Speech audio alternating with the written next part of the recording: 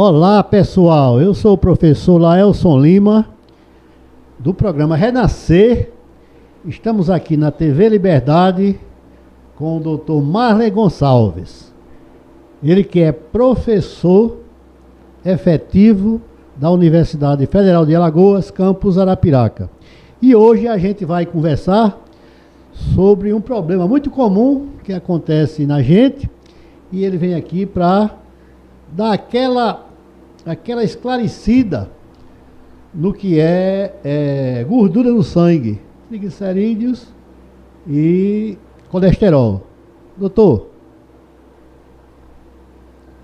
Olá, seu Laelson, é um prazer sempre poder estar participando deste programa de alta relevância social, podendo dar a minha contribuição no que concerne a área de saúde e exames laboratoriais. Dr. Marley, ele é especialista em patologia clínica. Ele tem um laboratório que fica situado ali na rua Governador Luiz Cavalcante, aquela rua que chega na UNEAL, né? E o laboratório dele, o laboratório Marley Gonçalves, ele fica localizado em frente à escola Santa Rita, né? O Dr. Marley é médico, a área dele é patologia clínica, como já foi falado, ele é professor da UFAL e também vem fazendo esse esclarecimento porque ele é a favor da prevenção. E tem um ditado que diz que é melhor prevenir do que remediar, né, doutor? E é sempre mais barato. Ele não quer que ninguém adoeça, ele quer que você primeiro fique sabendo o que você tem para fazer a prevenção, para não chegar a adoecer, e dizer quais as consequências de se a pessoa não se cuidar, o que é que acontece, quais as consequências de se a pessoa não se cuidar e tiver com essa gordura no sangue alterada para mais. Primeiramente, assim, é importante que a gente esclareça, né, para vocês que estão assistindo nesse momento, o que não vê ao vivo, né, você que também pode ver depois, que a gordura no sangue, ela não é necessariamente algo ruim. A gordura, os lipídios, com o nome mais correto cientificamente, que existem no organismo, eles exercem funções biológicas muito relevantes, como síntese de hormônios, como a vitamina D, por exemplo, faz parte também da composição das membranas celulares, faz parte também do processo de desenvolvimento neurológico, né, da inteligência, da memória, da contração muscular, do armazenamento de substâncias que fornecem energia, particularmente os triglicerídeos, né? Ou seja, são macronutrientes, são nutrientes, substâncias altamente importantes para o metabolismo. Eles não podem ser necessariamente demonizados, né? O grande problema é quando temos concentrações aumentadas desses lipídios, dessas gorduras, né? Como tudo na vida, como no organismo, a gente precisa ter o equilíbrio, né? Então, quando temos lipídios aumentados, podemos ter chance de várias doenças, né? Como, por exemplo, sobretudo, doenças cardiovasculares. Aqui a gente está falando particularmente de infarto, de derrame, de doença arterial periférica, né? O indivíduo ele começa a ter dificuldade para andar e pode ter problemas na circulação, pode levar até amputação também, pode ter doença renal, cegueira, e doença neurológica também são as mais comuns. Mas as consequências de lipídios altos são as mais diversas, atingem vários órgãos, pode dar, por exemplo, também a pancreatite. Então, é importante que o indivíduo tenha hábitos saudáveis, se alimente de forma adequada, e quando a gente fala de forma adequada, isso não pode ser uma dieta para todos. É de fundamental importância e seja acompanhado por um especialista, um nutricionista, para dar a melhor dieta para cada organismo. Tem que ser personalizado. A gente fala em saúde, em medicina personalizada. Além disso, fazer atividade física regularmente e monitorar as taxas, as concentrações desses lipídios para saber se estão dentro de uma normalidade. Doutor, o senhor falando aí em alimentação, a gente sabe que a alimentação interfere em quase tudo, né? Alimentação e atividades físicas. Mas a gente sabe que na correria do dia a dia e também as condições financeiras da maioria da nossa população não permite que você tenha uma ração balanceada, podemos dizer assim, uma alimentação balanceada, programada pelo nutricionista. O que era que a gente poderia fazer aqui, através dessa entrevista, para a gente passar, né, aqui para todos que estão assistindo esse programa, ficar e se conscientizando que a alimentação, quando você não tem um nutricionista para balancear, você pode minimizar fazendo a sua alimentação em casa com alguns ingredientes que o doutor vai dizer aqui para a gente. Quais os ingredientes que o senhor aconselha para a alimentação do dia a dia? A questão da alimentação, como o senhor falou, é altamente relevante nesse pilar terapêutico, né, e de prevenção das doenças de gorduras, lipídios elevados no sangue, né? E essa alimentação é aquela que a grande maioria das pessoas sabemos, mas não fazemos, né? E sempre questionamos qual é, mas sabemos o que é, mas não fazemos, né? Mas é sempre bom relembrar, né, quais são esses alimentos que podem ser consumidos e os que não podem. Vamos começar daqueles que não devem ser consumidos, né? Que realmente não tem nada a agregar do ponto de vista de nutrientes e podem levar a várias comorbidades, como, por exemplo, a questão de gordura aumentada no sangue e obesidade, hipertensão. Essas doenças, na verdade, elas estão completamente interligadas. Hoje a gente fala de uma síndrome chamada síndrome metabólica, que corresponde a alterações que normalmente estão juntas, podem vir associadas, como hipertensão, diabetes, obesidade, sobrepeso, a circunferência abdominal aumentada e também gordura no sangue, né? E o tratamento, a prevenção dessa síndrome metabólica é uma alimentação que serve para prevenir todas essas patologias. Então é fundamental que a alimentação ela seja o mais natural possível, né? Então aqui a gente já fala para evitar alimentos industrializados, evitar enlatados, evitar salsicha, linguiça, outros embutidos, né? Evitar refrigerante, realmente está totalmente proscrito, não deve tomar refrigerante. Em relação ao consumo de gordura animal, ser realmente moderada, né? De preferência evitar comer carne vermelha mais de 2 vezes por semana, dando preferência a cortes mais magros e não usar óleo, manteiga, né? Preferir alimentos cozidos, assados na chapa, na grelha. Evitar também alimentos ricos em carboidratos simples, sobretudo os carboidratos refinados. Aqui a gente fala de aquelas pipocas industrializadas, snacks, cheetos, farinha branca, arroz branco, o cuscuz também, a depender da quantidade, né? Cuscuz é bom, é importante na região que a gente vive, sobretudo, né? É um alimento muito bom, nutritivo, mas sempre com equilíbrio, moderação, né? Com moderação, não é verdade? Evitar pães, macarrão, preferir, se for utilizar esses alimentos integrais, né?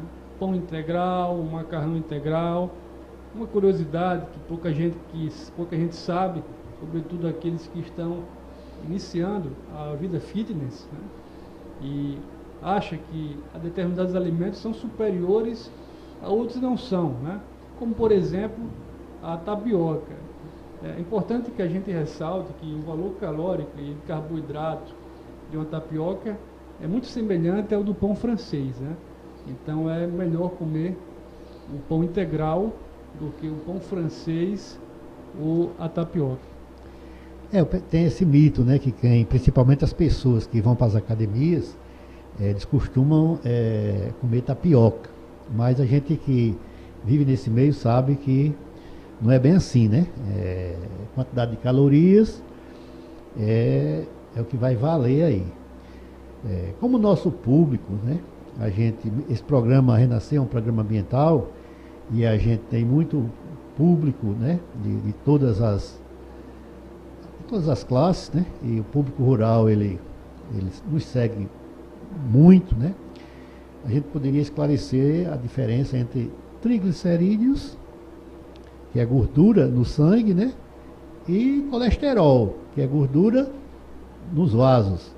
Qual a diferença entre o triglicerídeo e o colesterol? Você podia esclarecer? Sim. Tanto o triglicerídeo quanto o colesterol são lipídios, são gorduras que exercem um papel importantíssimo. O triglicerídeo tem um papel biológico, sobretudo na questão energética. É o lipídio preferencial que a gente quebra para ter energia. E é esse lipídio essa gordura que se acumula na barriga, né, que dá aquela barriguinha, né, é o excesso de triglicerídeo. E o colesterol, ele exerce uma função mais bioquímica, mais celular, é extremamente importante como um componente para dar fluidez das membranas celulares, permite uma troca mais eficiente de substâncias que entram e saem da célula. É muito importante para a síntese de hormônios, como por exemplo o hormônio da vitamina D, os hormônios sexuais também. O colesterol ele tem papel importantíssimo. Doutor, e continuando, qual a relação entre essa gordura que é adquirida, né? E que algumas pessoas têm mais facilidade de aumento dessas gorduras e outras têm menos, a relação entre essas causas e a hereditariedade?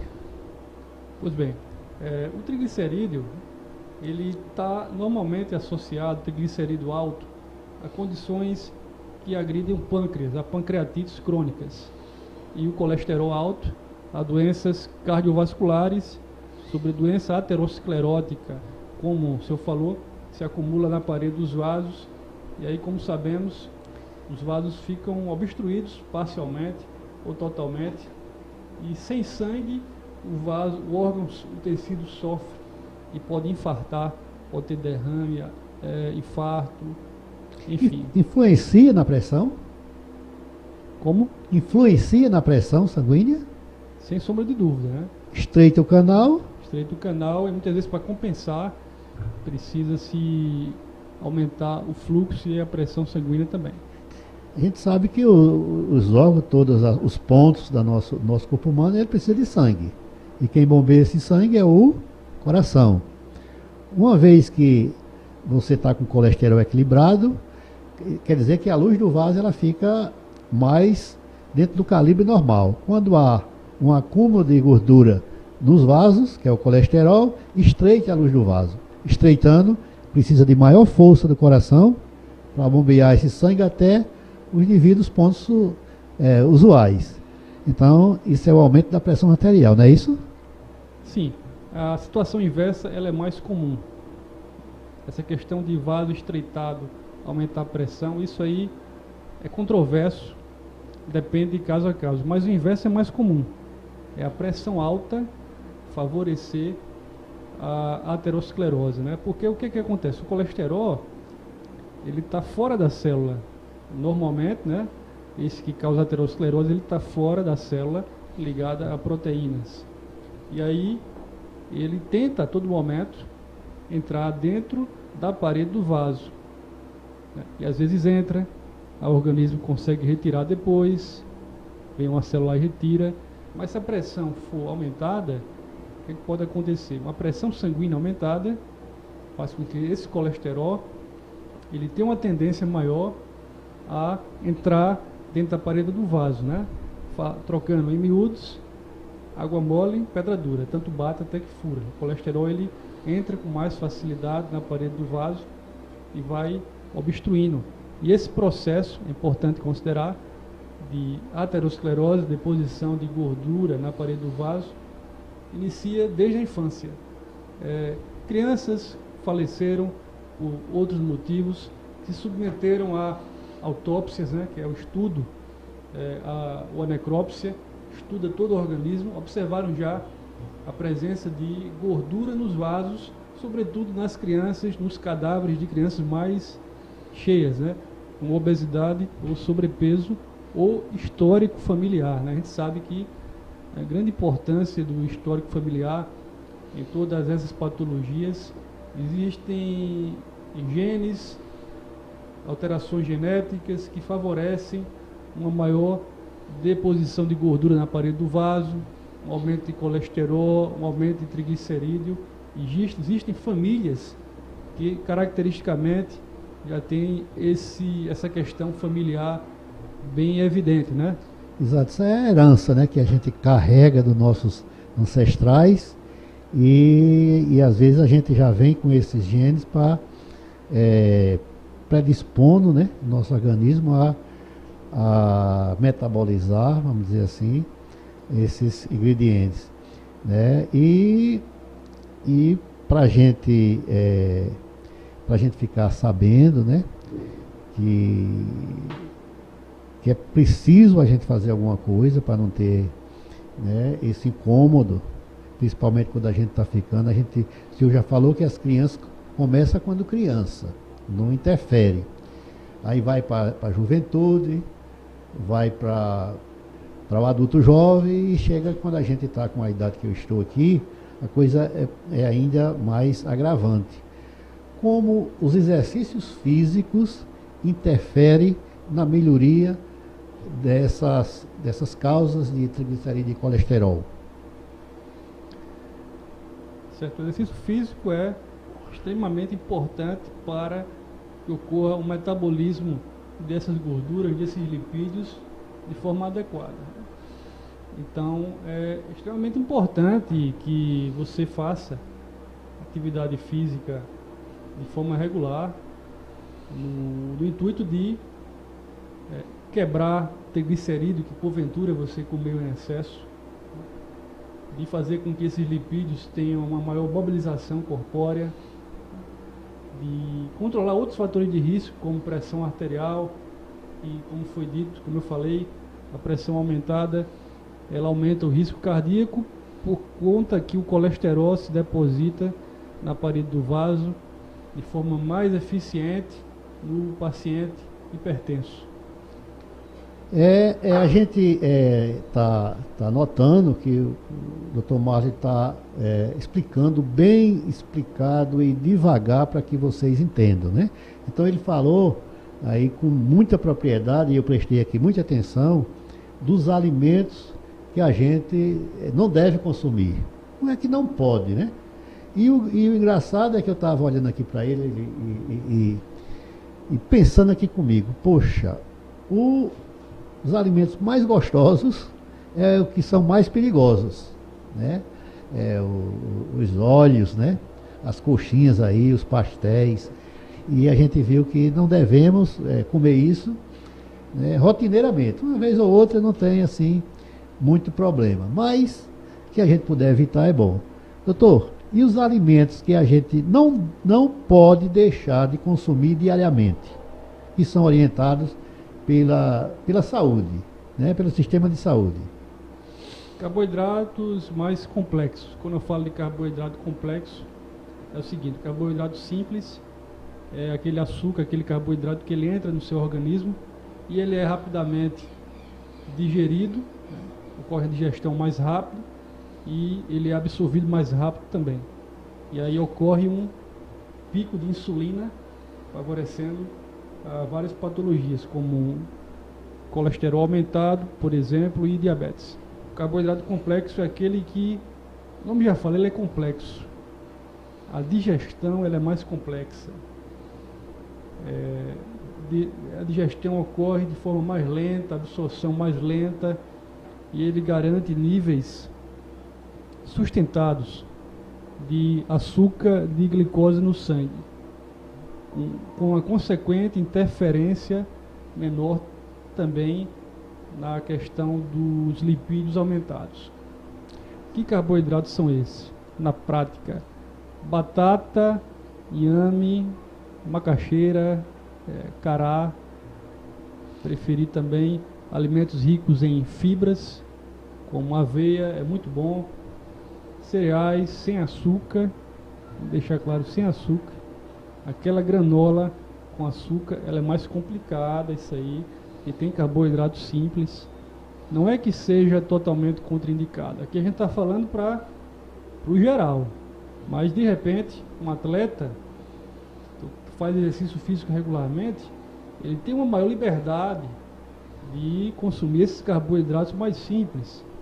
Mas aí a gente tem que ajustar. De modo geral, são esses alimentos, o arroz preferencialmente integral, macarrão integral, proteínas mais magras, evitar excesso de carne vermelha, preferir peixes, frangos, carnes magras.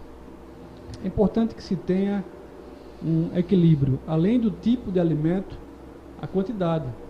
A gente sabe que não é só o tipo de alimento, é a quantidade.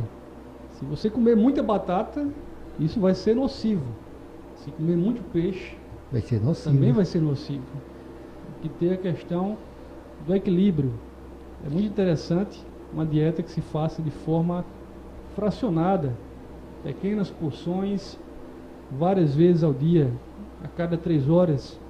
É assim que se faz o japonês, é assim que se faz o francês, e tem um índice de doença cardiovascular menor.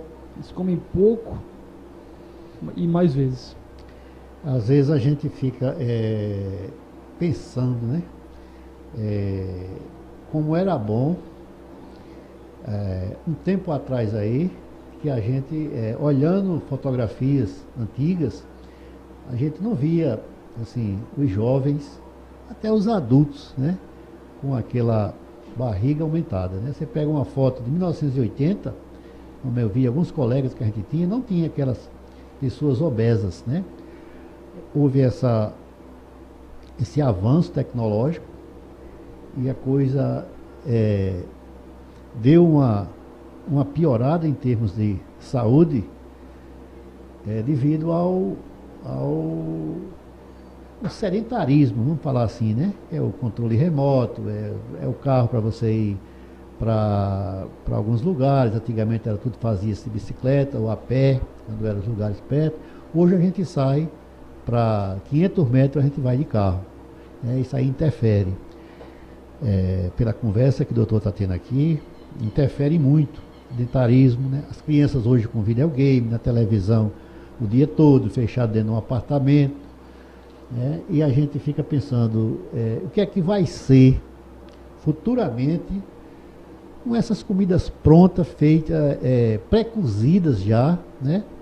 E que você apenas esquenta e consome aquelas coisas com conservantes que a maioria das vezes são conservadas com produtos cancerígenos, né? E por falar nisso, a gente entra aqui até num assunto polêmico. Às vezes a gente evita, né, os enlatados, os embutidos, que são nocivos ao consumo, a gente sabe disso, consome consciente, e vai para os vegetais de tubérculos, que são as raízes e as folhosas. E às vezes entrava, doutor, que a gente está aí numa guerra grande para ver se diminui a aplicação de veneno nesses alimentos. Eu sei que não é da área do senhor, mas a gente podia fazer aqui dar uma certa conotação, né, a esses produtos, e que são aplicados muitos venenos e depois levados para a feira para ser consumido. Talvez, se a gente procurasse mais e exigisse produtos orgânicos, a gente estaria fazendo uma alimentação 100% correta. O que você acha disso? Concordo absolutamente com isso que foi dito. É importante que a gente também tenha um consumo de frutas e verduras, vegetais de modo geral, mas realmente esse é um dilema, né? Essa questão do excesso de agrotóxico, de pesticida. Às vezes você acha que está comendo um alimento saudável, não está. Tem que dar preferência a alimentos orgânicos, frutas, como o senhor sabe da sua área, frutas e legumes com casca mais grossa, tem uma tendência de ter menos agrotóxico, menos pesticida. Então eu acho que vale a pena depois chamar alguém da área para conversar um pouco sobre isso. E preferir alimentos orgânicos, que às vezes é difícil encontrar. Às vezes é difícil encontrar alimentos orgânicos. Você procura em supermercados, quando vai olhar, é um ozinho bem pequeno, difícil de visualizar, né? Eu acredito que é extremamente importante que, a nível de governo, eu acho que isso tem que ser um projeto. Isso é um programa de governo federal. Exatamente. Tem que ser um projeto federal para que também essa agricultura orgânica ela fique mais viável, né? E a gente consiga comprar de repente assim, toda essa diferença de preço ou a diferença o mínimo possível, até para estender para a grande maior parte da população que não é privilegiada. Exatamente, né? Uma alimentação sem defensivos, ela é uma alimentação super saudável. A gente tem conversado, feito reuniões com alguns grupos de pessoas que procuram e às vezes não sabem nem onde encontrar. A gente tem uma feirinha aqui, dia de sábado, ali na Praça Ceci Cunha, que vendia muitos produtos orgânicos, de produtores orgânicos. Continua a feirinha, mas não com aquela mesma entusiasmo que era há um tempo atrás aí. A gente faz um apelo aqui às pessoas que valorizem, né? Peçam e procurem, né? Quanto mais você vê uma fruta, um legume mais bonito, sem o furo de um mosquito, de uma mosca, de um parasita qualquer, aquela ali é porque está com muito veneno. Aquelas frutas totalmente lindas, né? Que a gente encontra nos supermercados em grande escala, né? Aquilo ali, eu acho que deve ser até evitada de você consumir aquele produto. A gente encontra alguns frutos que a gente vê que está totalmente esbranquiçado de pulverizações com pesticidas, né? Pessoal, a gente está aqui encerrando mais um bate-papo com o Dr. Marley Gonçalves. Ele que é defensor da prevenção da sua saúde, ele que é patologista clínico, é médico, professor da UFAL, tem um laboratório na rua Governador Luiz Cavalcante, bem em frente à Alta Escola Santa Rita, e convida vocês para se prevenirem, mesmo às vezes o médico não solicitando um exame. Eu acho que você deve se dirigir ao laboratório e dizer anualmente, rapaz, eu queria fazer uma bateria de exames que não é caro, não. Reserva um pouco das suas reservas financeiras e procura, quem não tiver condições de procurar o laboratório, procura os postos de saúde, o SUS. Eu queria fazer uma bateria de exame aqui, que são simples. E que eu acho que, se tiver os cuidados e a atenção necessária no que o Dr. Marley conversou aqui com a gente, que a gente pode evitar, a gente tem uma saúde melhor, né? Uma longevidade em termos de vida também melhor, qualidade de vida. Não é isso, doutor? Isso é importante que a gente dê o valor adequado para cada coisa, né? às vezes é um valor do exame, um check-up básico, mais eficiente. Quando a gente fala check-up, tem que ser personalizado. Não é simplesmente chegar, quer fazer, tem que ser personalizado para a idade, para o tipo de indivíduo, se tem alguma doença, se não tem. Aí a gente vê, é importante que se trate quais são esses exames caso a caso, tá? A gente tem vários perfis de check-ups a depender de vários fatores do indivíduo. É extremamente importante que priorizar a saúde. Às vezes é um valor que você vai deixar de ir para uma balada, né? Agora não, porque está sem balada, mas de sair para comer, tomar uma cerveja, comer né? fora, como tomar cervejas com petiscos gordurosos. Às vezes você vai deixar de fazer isso uma vez para poder fazer um check-up que vai, ao contrário, vai lhe dar saúde, não tirar a saúde. Pois é, pessoal, a gente terminou essa conversa com o Dr. Marley. Nosso programa Renascer vai ao ar todo sábado às 13 horas. Assistam, compartilhem, curtam e nos acompanhem. Nós temos agora uma bateria de entrevista com o Dr. Marley, né? E com outros médicos que a gente vai convidar aqui para falar sobre saúde do ser humano, já que o homem é um ser que vive no meio ambiente, que completa o meio ambiente, que cuida do meio ambiente. Então, ele tem que se cuidar também.